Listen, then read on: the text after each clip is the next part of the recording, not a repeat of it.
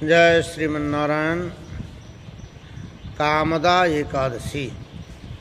आज चैत्र शुक्ल पक्ष की कामदा एकादशी है। इसका व्रत और इनकी कथा, व्रत ना कर पाए तो भी कथा सुने, कुछ फल प्राप्त होगा। भगवान श्री कृष्ण इस कथा को सुना रहे हैं राजा युधिष्ठिर से कि चैत्र के शुक्ल पक्ष की एकादशी का नाम है कामदा। इसका महात्म एक बार राजा दिलीप ने अपने गुरु वशिष्ठ जी से पूछा था। वशिष्ठ जी ने कथा सुनाई कि एक राजा पौंड्रक नाम के राजा थे, जिनका नाम था पौंड्रिक। ये पौंड्रक कृष्ण वाले नहीं।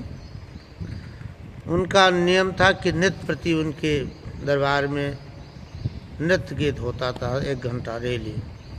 तो एक दिन एक गंधर्व एक गंधर्विका, उसकी पत्नी, ये अप्सरा दोनों नृत्य कर रही थी। दोनों में बड़ा प्रेम था। तो उन परस्पर प्रेम के कारण राजसभा में जो ललित नाम का गंधर्व था, उसके पति का नाम था, वो अपनी पत्नी के ध्यान में कुछ देर के लिए हो गया कि वो आई नहीं। तो उस वजह से उसका ध्यान बट गया नृत्य में, भजन में या गीत में। तो जो किसी ने राजा को शिकायत कर दी कि आपके दरबार में वो नृत्य कर रहा है और ध्यान कर रहा है अपनी पत्नी का बार बार। अब राजा को फट क्रोध आया, उन्होंने श्राप दे दिया। इसीलिए कहते हैं किसी की बात पे आकर के किसी के ऊपर नाराज नहीं होना चाहिए जब तक खुद अपनी आंखों से न देख ले और कानों से न सुन ले। श्राप दे दिया, जाओ तुम राक्षस बन जाओ। अब पुंडरी श्राप से विकराल रूप धारण किया, राक्षस के रूप में वन में भटकने लगा। उसकी पत्नी उसके साथ साथ जंगल में गई, वो भी घूम रही है। घूमते घूमते घूमते घूमते भगवान की कृपा से उसी आश्रम में श्रृंगी ऋषि का आश्रम था, जिन्होंने पुत्रेष्टि यज्ञ किया था श्री राम जी के लिए। उनके चरणों में गई, लौट गई और बारंबार प्रणाम करके कहने लगी, हे मुनिवर, हमारे पति के उद्धार का कोई रास्ता बताएं।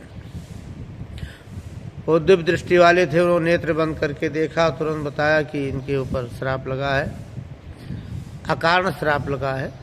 तो आप जाकर के आने वाली है आज के 2 दिन के बाद एकादशी, कामदा एकादशी, उसका व्रत करें और उसका फल ब्राह्मणों को बुला करके उन्हें भोजन कराएं, उनके सामने अपने पति को अर्पण कर दें।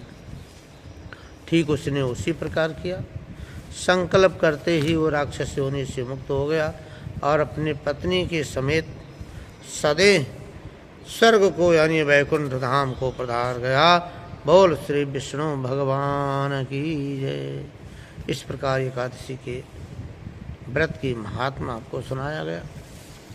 तो जो भी भक्तजन, सबसे अनुरोध है व्रत जरूर करें। अगर किसी कारणवश नहीं कर पा रहे हैं तो भी ये कथा सुने, तो कुछ अंश फल की प्राप्ति उन्हें तब भी मिलेगी। कोशिश करें चावल ही ना खाएं, इतने ही नियम ले लें। तो इन्हीं शब्दों के साथ इस कथा को यहीं विराम कर रहा हूँ और हमारे श्याम प्रेमियों को भी राधे राधे। ये कथा सब लोग सुने और दूसरों को सुनाएं। जय श्री राम।